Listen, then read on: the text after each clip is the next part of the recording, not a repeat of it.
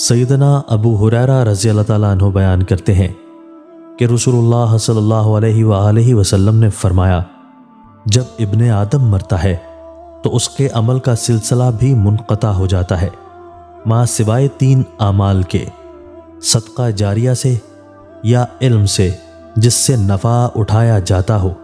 یا نیک اولاد سے جو اس کے لیے دعا کرتی ہو۔ سیدنا علی رضی اللہ تعالیٰ عنہ بیان کرتے ہیں کہ رسول اللہ صلی اللہ علیہ وآلہ وسلم نے فرمایا،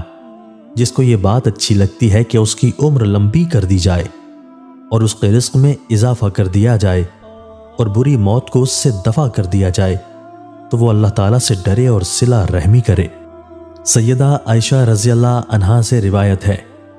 کہ نبی کریم صلی اللہ علیہ وآلہ وسلم نے ان کو فرمایا، جس کو نرمی عطا کی گئی اس کو دنیا و آخرت کی خیر و بھلائی سے نواز دیا گیا، اور صلہ رحمی، حسن اخلاق اور پڑوسی سے اچھا سلوک کرنے جیسے امور خیر گھروں اور قبیلوں کو آباد کرتے ہیں اور عمروں میں اضافہ کرتے ہیں۔